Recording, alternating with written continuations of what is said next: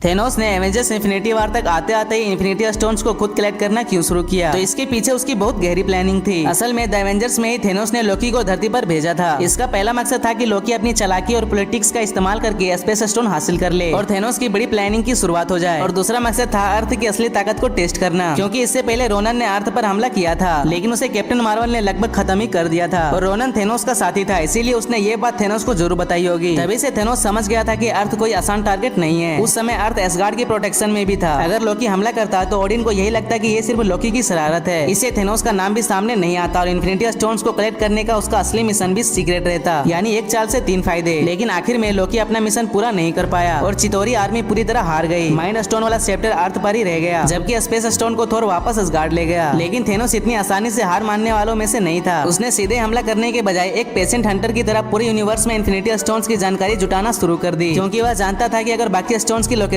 जाने बिना वह सामने आ गया तो यूनिवर्स के सबसे पावरफुल लोग उसके पीछे पड़ जाएंगे। आखिरकार ब्लैक ऑर्डर ने पूरे यूनिवर्स से जानकारी इकट्ठा की। तब थेनोस को पता चला कि टाइम स्टोन अर्थ पर, एसेंट वन के पास है, माइंड स्टोन भी अर्थ पर है, रियलिटी स्टोन कलेक्टर के पास है और सोलर स्टोन वॉर्मिर पर छिपा हुआ है। अब थेनोस को सभी इन्फिनिटी स्टोन्स की लोकेशन पता चल चुकी थी, लेकिन फिर भी उसने हमला नहीं किया, क्योंकि एसेंट वन, ओडिन और पूरी एसगार्डियन आर्मी जैसे ताकतवर लोग अभी भी स्टोन्स की रक्षा कर रहे थे। इसीलिए उसने सही मौके का इंतजार करना ही बेहतर समझा। फिर समय बदला, एक एक करके ओडिन, एसेंट वन, ईगो और हेला जैसे बड़े बड़े पावरफुल कैरेक्टर्स खत्म हो गए। अब इन्फिनिटी स्टोन्स की सिक्योरिटी पहले जैसे मजबूत नहीं रही थी। तब थेनोस को समझ आ गया कि यही उसका परफेक्ट चांस है। और फिर एवेंजर्स इन्फिनिटी वार में उसने खुद मैदान में उतरकर एक एक करके सभी इन्फिनिटी स्टोन्स कलेक्ट करने की शुरुआत कर दी।